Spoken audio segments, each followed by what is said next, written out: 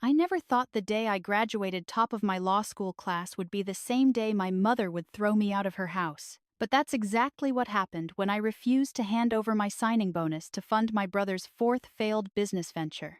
My name is Elena Cross, and for 28 years, I believed I was the problem in my family. My mother, Patricia, made it crystal clear from the time I could understand words that I was the difficult one, the one who asked too many questions, the one who didn't just smile and go along.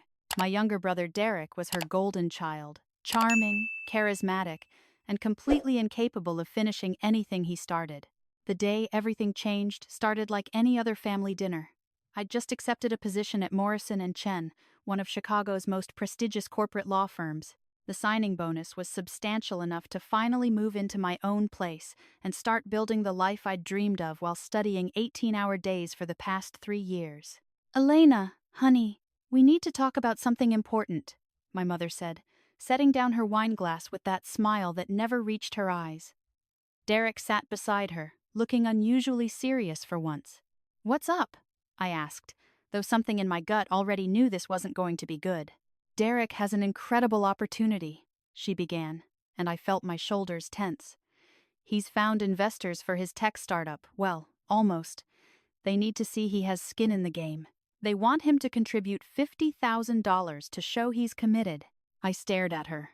And we think you should give him your signing bonus." The words hung in the air like smoke. I actually laughed, a short, bitter sound that surprised even me. "You think I should give Derek the money I earned, the money I worked 3 jobs through law school to not have to take out loans for, so he can start his 5th company?" I said slowly. "4th, Derek corrected. Like that made it better.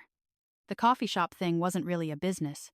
It was more of a— "Elena, don't be selfish," my mother cut in, her voice sharp. "Family helps family. You're making good money now. You'll have more bonuses. Derek needs this opportunity." "No." The word came out firmer than I expected. "I need this money. I need to find an apartment, buy a car that doesn't break down every other week, pay off my credit cards from books and bar exam fees." "You can stay here," she interrupted. "You don't need to waste money on rent when you have a perfectly good room upstairs." The room upstairs, the smallest bedroom in the house, the one that still had my childhood furniture because she'd redecorated Derek's room 3 times in the past 5 years. The room with the broken heating vent that made Chicago winters unbearable. "Derek had 3 chances," I said, trying to keep my voice level. "The boutique gym, the food truck, the consulting firm. Those weren't his fault," my mother snapped. "The market wasn't right. His partners screwed him over. He just needed— Mom, I'm not giving him my money." The temperature in the room dropped about 20 degrees. My mother's face went stony. That look I'd seen 1,000 times before, the look that said I was being unreasonable, ungrateful, difficult. "Fine," she said, her voice ice cold. "If that's how you feel about your family, maybe you should leave." I blinked. "What? You heard me. If you're going to be selfish and turn your back on your brother when he needs you, then I don't think you should live in this house anymore." "Mom, it's October. I don't even have a lease yet. I was going to start looking next week." "That's not my problem, Elena. You made your choice. I'd like you to pack your things and leave. Tonight." I looked at Derek, waiting for him to say something, to tell her she was being ridiculous. He just looked at his phone, scrolling through something, completely unbothered by the fact that our mother was kicking me out. "You're serious?" I said, the reality sinking in. "You're actually kicking me out because I won't fund Derek's next failure." "Don't you dare call your brother a failure," she hissed, standing up. "He's going places.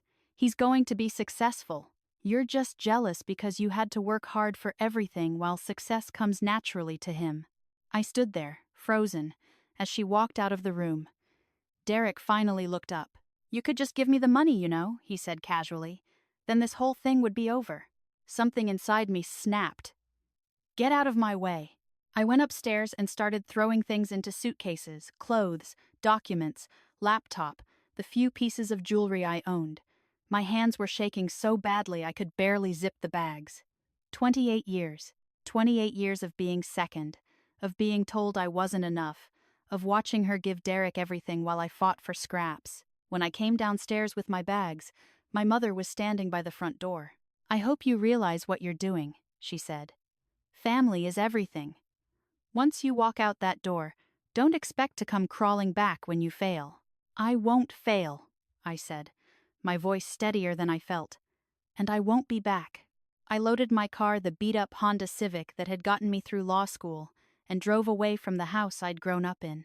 It was raining, hard, and I had exactly $300 in my checking account until my first paycheck in 2 weeks. My signing bonus wouldn't hit my account for another 10 days. I couldn't afford a hotel. I couldn't ask my law school friends, most of them had already moved for their new jobs or were staying with family during their own transitions. I drove to a Target parking lot and sat in my car, watching the rain hammer against the windshield, and let myself cry for the first time since I was a kid. My phone buzzed. A text from Derek. "Mom says you can come back if you apologize and give me the money. Just think about it." I blocked his number. Then I blocked my mother's. That's when I saw the email notification. The sender name made my heart stop. Whitmore and Associates, attorneys at law. I opened it with shaking fingers. "Dear Miss Cross, we represent the estate of Margaret Whitmore Chen. We've been attempting to reach you regarding an urgent matter concerning your inheritance. Please contact us at your earliest convenience. Margaret Whitmore Chen." The name sounded familiar, but I couldn't place it. I was too cold, too exhausted, too emotionally destroyed to think straight. But I called the number in the email anyway. A lawyer named James Whitmore answered on the second ring. "Miss Cross," he said, his voice warm and professional. "Thank you for calling. I know this might come as a shock, but I'm calling about your grandmother, Margaret Chen." "My grandmother?" I said slowly. "My mother's mother died when I was 5. I barely remember her." "Not Patricia's mother," James said. "Your father's mother." I went cold. "My father is dead. He died when I was 2. I never knew his family." "That's what your mother told you," James said carefully. "But it's not entirely true. Your father, David Chen, did pass away when you were young, a car accident, but his mother, Margaret, has been alive this entire time. She's been searching for you for 26 years. The parking lot seemed to spin around me. "What?" "Your mother cut off all contact with your father's family after his death," James explained. "She refused to let them see you. Margaret tried everything, lawyers, private investigators, court filings, but your mother kept moving, changing addresses, blocking every attempt. It wasn't until you registered with the Illinois Bar Association that we finally found you." I couldn't breathe. "My grandmother, she's been looking for me?" "Yes. And Elena, I'm so sorry to tell you this, but Margaret passed away 3 months ago. She died of cancer. But before she died, she made very specific arrangements. She wanted to make sure you were taken care of." "I don't understand." "Margaret was the founder and CEO of Chen Enterprises. It's a multinational technology and real estate investment firm. She built it from nothing over 40 years. And Elena, she left everything to you." The words didn't make sense. They were just sounds. "She left you her entire estate," James continued. "Properties, stocks, business holdings, and personal accounts. The total value is approximately $3.7 billion. I dropped my phone. I actually dropped it, fumbling to pick it up from the car floor, my hands numb. "I'm sorry. Did you say billion?" "Yes. 3.7 billion, minus estate taxes. The final number will be closer to 2.9 billion once everything is processed. But Elena, there's more. Margaret left you something else. Letters. Videos.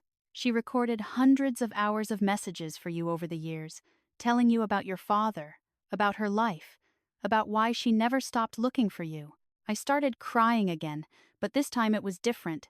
Somewhere out there, I'd had a grandmother who loved me, who wanted me, who'd spent 26 years trying to find me while my mother let me believe I was alone. "Where are you right now?" James asked, his voice gentle. "Are you somewhere safe?" "I'm in a Target parking lot," I heard myself say. "My mother kicked me out tonight. I have nowhere to go." "Stay right there," he said firmly. "I'm sending a car. You're going to one of Margaret's properties, your property now.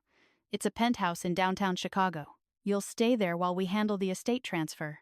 30 minutes later, A black Mercedes pulled up next to my Honda. A kind-faced driver named Arthur helped me transfer my pathetic collection of suitcases into the trunk, then drove me to a glass tower overlooking Lake Michigan. The penthouse took up the entire top floor, floor-to-ceiling windows, modern furniture, a kitchen bigger than my mother's entire first floor. Miss Chen always kept it ready, Arthur said, showing me through the rooms. Just in case. She always believed she'd find you. That night, I slept in a bed that probably cost more than my car, in an apartment I now owned, in a building I now owned, as part of an empire I'd inherited from a grandmother I never got to meet. I spent the next week in shock, meeting with lawyers and accountants, trying to understand the magnitude of what had happened. James showed me Margaret's letters first. They were organized by year, starting from when I was 2 years old. "My dearest Elena," the first one began. "You won't remember me, but I held you when you were born. Your father loved you so much. I promise I will never stop looking for you." There were hundreds of them.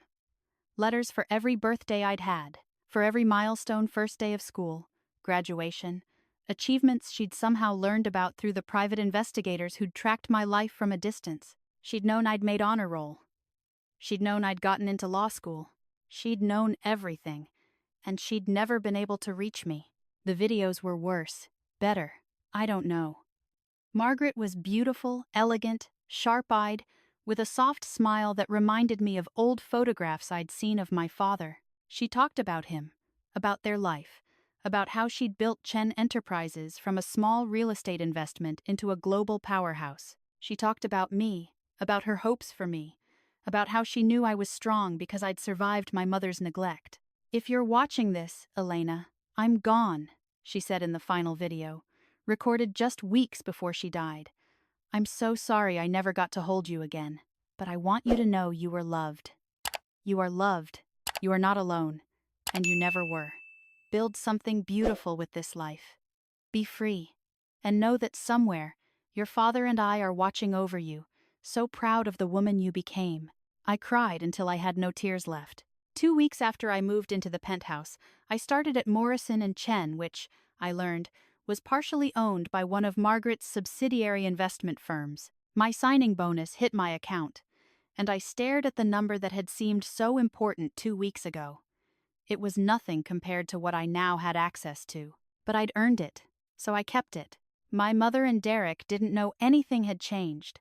I'd blocked their numbers, deleted social media, disappeared from their lives completely. I was in my second week at the firm when my assistant buzzed me. "Miss Cross, there's a Patricia Morrison here to see you. She doesn't have an appointment but says she's your mother." My blood went cold. "How did she find me?" "She said she saw your name on the firm's new associate announcement." Of course, the firm had posted about their incoming class. My name, my photo, my credentials. "Send her away," I said. "She's causing a scene in the lobby. She's saying you stole money from her, that you owe her. Call security, have her removed, and send me the security footage." 15 minutes later, I watched the video of my mother screaming at the receptionist, demanding to see me, claiming I'd stolen her credit cards and forged checks. It was completely fabricated. I'd never taken a cent from her in my life. I'd been too proud. I forwarded the video to James. "Can we get a restraining order?" "Already drafting it," he replied. But my mother wasn't done. That evening, she showed up at my building. The doorman called up, and I told him I wasn't available. She waited in the lobby for 3 hours before security finally escorted her out. Then the texts started coming from unknown numbers, Derek, obviously, using friends' phones. "Mom says you got some kind of job bonus and you're living downtown now. You owe us. We helped raise you. This is ridiculous. You think you're too good for us now? Mom's telling everyone you stole from us. Everyone in the neighborhood knows what you did." I blocked each number as they came in. But the messages kept coming. Then Derek found me on LinkedIn and sent a message there. "Okay, seriously, can we talk? Mom's losing it. She's convinced you have money and you're hiding it from us. Just give us something to shut her up." "Come on, Elena, be reasonable," I replied once. "You and Mom kicked me out with nowhere to go because I wouldn't fund your failure. You don't get to decide what's reasonable. Lose this number." A week later, James called me into his office. His expression was grim. Your mother filed a lawsuit, he said, sliding papers across his desk. She's claiming you owe her $200,000 for unpaid rent and living expenses from living in her house for 28 years. She's also claiming you verbally agreed to invest in Derek's business and are now reneging. I stared at the papers. This is insane. It's frivolous, James agreed. We'll get it dismissed. But Elena, I think she knows, or suspects. This feels like a fishing expedition. She's hoping to get access to your financial records during discovery. Can she? Not if I have anything to say about it. But I think we should be proactive. I want to file a countersuit for harassment, defamation, and emotional distress, and I want to include something else. He pulled out another folder. Your mother received a payment when your father died. The insurance payout was substantial, $500,000. It was supposed to be put into a trust for you. She was only supposed to use it for your education and welfare. I never saw any of that money, I said slowly. She always told me there was no money. That's why I took out loans for college, why I worked 3 jobs. I know. We've been investigating. She spent it. All of it. On Derek's businesses, on renovations to her house, on cars and vacations. She violated the trust agreement. Elena, we can get that money back, with interest and penalties. We're talking about close to $1 million now. Something fierce and hot burned in my chest. Do it. The lawsuit hit the news 3 days later. Not because I wanted it to, but because one of my mother's neighbors was a legal blogger, and the story was too juicy to ignore. Woman sues daughter for $200K in back rent. Gets countersued for stealing dead father's insurance money. My phone exploded with messages from blocked numbers, from people I barely knew from high school, from distant relatives I'd met twice. Everyone wanted to know what was happening, but I didn't respond to any of them. I went to work. I met with Margaret's board of directors to learn about Chen Enterprises. I started understanding the scope of what I'd inherited. I had properties in 15 countries. I had stock portfolios that required 3 full-time analysts to manage. I had a legacy that my grandmother had built with her own hands, and she'd given it all to me. The court date for the initial hearing arrived 6 weeks after my mother filed her lawsuit. James told me I didn't have to attend, but I wanted to. I needed to. I walked into that courtroom in a Tom Ford suit that cost more than my mother's mortgage payment, carrying a briefcase that contained copies of every letter Margaret had written to me. Every private investigator report documenting my mother's efforts to hide me from my grandmother. Every financial record showing how she'd spent my father's insurance money on everything except me. My mother was there with a lawyer who looked like he'd passed the bar last week. Derek sat beside her, wearing a suit that didn't fit right, looking uncomfortable and angry. When my mother saw me, her face went through a series of expressions: shock, confusion, rage. She'd never seen me like this. To her, I was still the awkward kid who studied too much, who wasn't pretty like other girls, who didn't know how to have fun like Derek. The judge reviewed the initial filings. My mother's lawyer made their argument that I owed my mother compensation for 28 years of housing and support, that I'd verbally agreed to invest in Derek's business, that I was ungrateful and vindictive.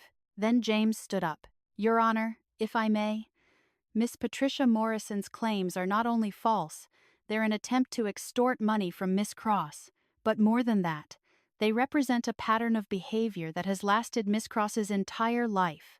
Miss Morrison has systematically abused, neglected, and financially exploited her daughter since birth.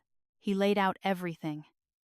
The insurance money, the documented favoritism toward Derek, the way she'd kicked me out with nowhere to go. And then he brought out the big guns, the letters from Margaret, the private investigator reports, the documentation of how my mother had deliberately kept me from my father's family. Miss Morrison didn't just steal from her daughter financially, Your Honor. She stole her family. She stole her grandmother. Margaret Chen spent over $2 million over 26 years trying to find her granddaughter. She hired lawyers, private investigators, filed motions with the court, and at every turn, Miss Morrison blocked her. She moved without forwarding addresses. She changed Elena's school enrollment information. She did everything in her power to keep Elena isolated and dependent. This is ridiculous, my mother's lawyer said, but he sounded uncertain now. Your Honor, I'd like to submit into evidence the trust documents for David Chen's life insurance policy, along with bank records showing how Miss Morrison spent that money, none of which went to Elena's education or welfare as required by the trust. The judge looked at my mother. Is this true? Did you receive a trust fund meant for your daughter's education? My mother's face was red.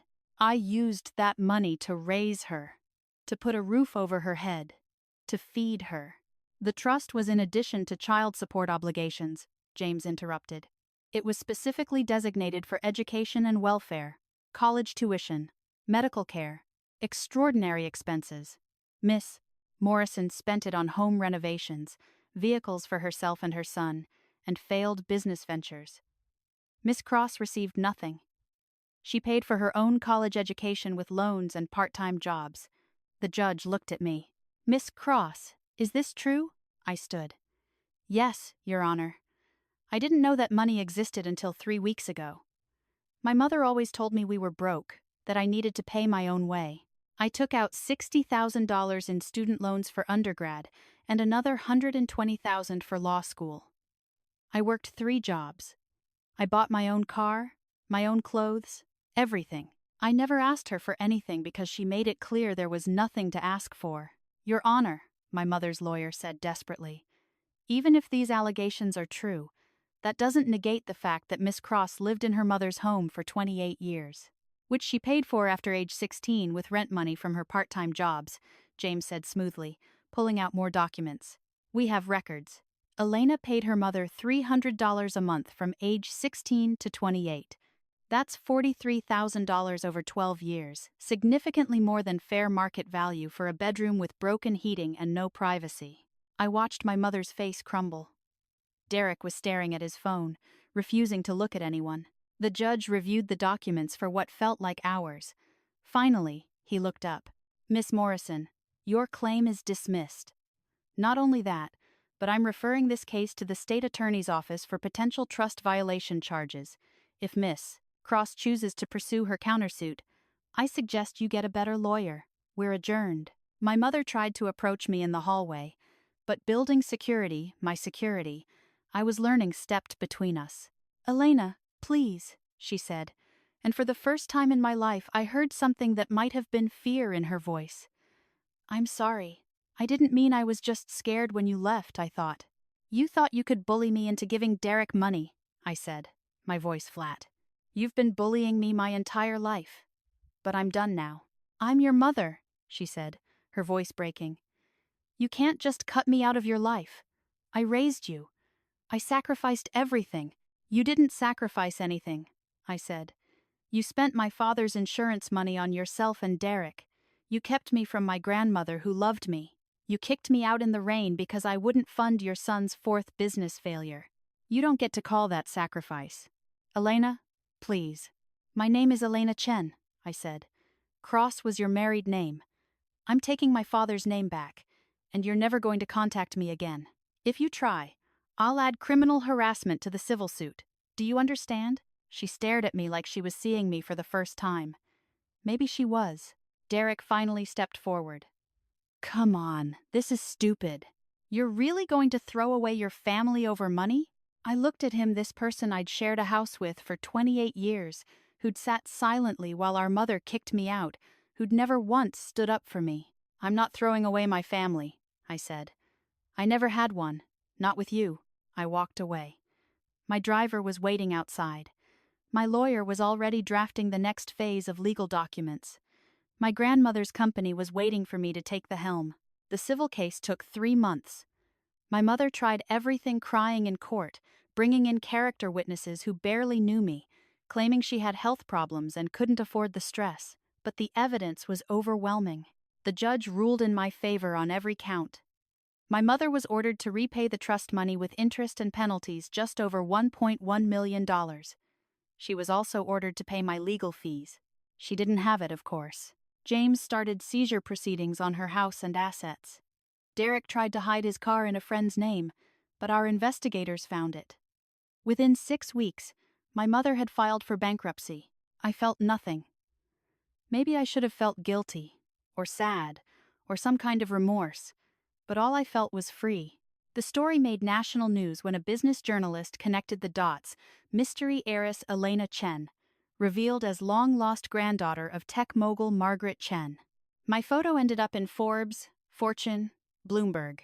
Messages poured in from people who claimed to have known me, to have been my friend, to have always seen my potential. I ignored all of them. The only people I responded to were the ones who'd been kind to me when I had nothing: my law school study group, the manager at the campus library who'd given me extra hours, the professor who'd written my recommendation letters. I donated $10 million to my law school for need-based scholarships. I established a foundation for children who'd been separated from their families through parental interference, Margaret's legacy continuing through me. I took my seat on the board of Chen Enterprises and started learning how to run an empire. My mother sent one final letter, 6 months after the verdict. It arrived at my office, forwarded through 3 security checks. Derek had written it. I recognized his handwriting on the envelope, but the words inside were my mother's. Elena, I know you hate me now. Maybe I deserve it, but I want you to know I did love you, in my own way.